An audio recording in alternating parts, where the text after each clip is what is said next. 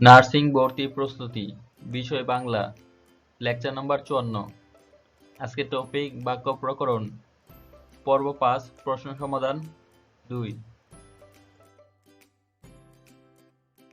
ঢাবি সহ অন্যান্য বিশ্ববিদ্যালয়ের ভর্তি পরীক্ষার প্রশ্ন ও সমাধান, বাংলা অংশের। সে সৎ কিন্তু তার ভাই অসৎ বাক্যটি যৌগিক বাক্য।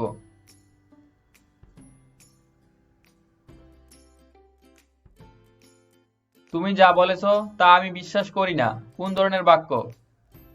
জটিল বাক্য। লেখাপড়া বিষয়ে তার যে গভীর অনুরাগ ছিল একথা বলা যায় না, এটি কি ধরনের বাক্য? মিশ্র বাক্য।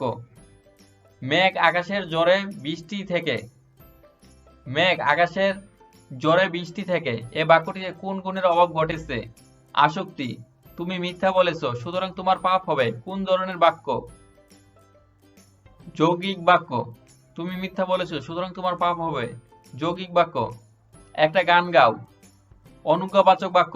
একটা গান গাও, অনুজ্ঞাবাচক বাক্য।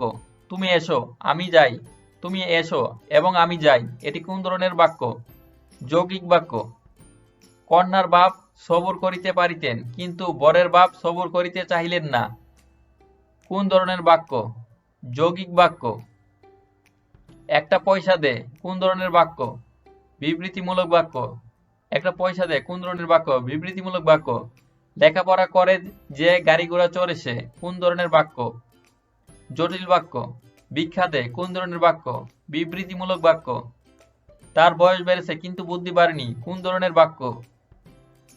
যৌগিক বাক্য। বাক্যের একক কি? শব্দ। বাক্যের একক কি? শব্দ। আমি আইন বিভাগের ছাত্র, বাক্যের জটিল রূপ কোনটি? আমি যে বিভাগের ছাত্র তার নাম আইন। যদি সত্য বলো তাহলে মুক্তি পাবে, কোন ধরনের বাক্যের উদাহরণ? মিশ্র বাক্যের উদাহরণ। অঙ্কটি করো, কোন ধরনের বাক্য? অনুজ্ঞা বাক্য। অঙ্কটি কর, কোন ধরনের বাক্য? অনুজ্ঞা বাক্য।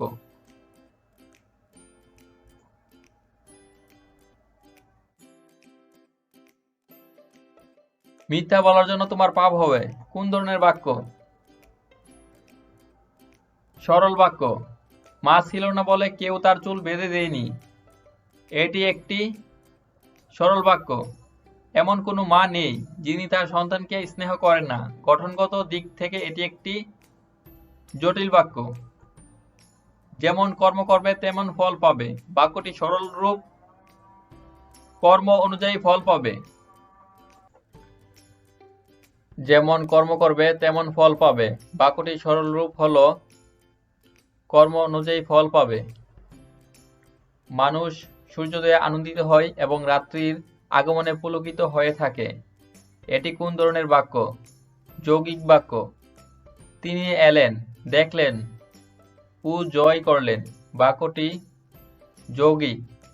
তিনি এলেন, দেখলেন ও জয় করলেন, বাক্যটি যৌগিক।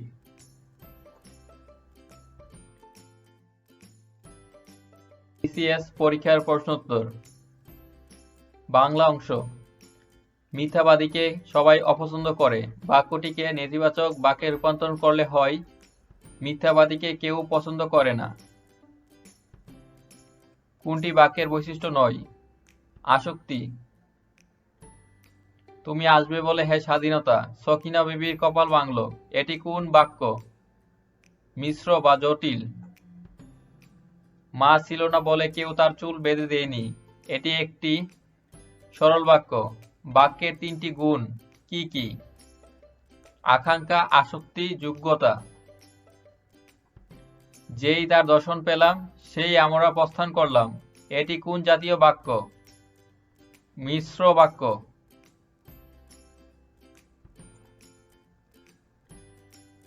যেহেতু তুমি বেশি নম্বর পেয়েছো সুতরাং তুমি প্রথম হবে, কোন ধরনের বাক্য?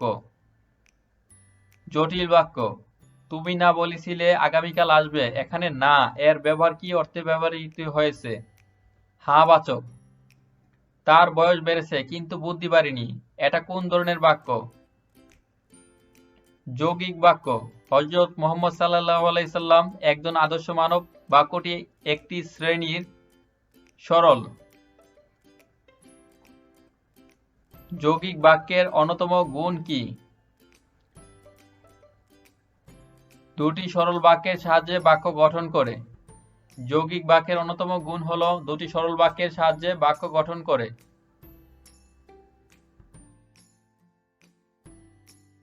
নার্সিং ভর্তি প্রস্তুতি, নার্সিং জব প্রস্তুতি, নার্সিং বোর্ড প্রশ্ন সমাধান, নার্সিং পড়ালেখা ও নার্সিং এর তথ্য সবকিছু সবার আগে পেতে please subscribe our YouTube channel BD Nursing4U।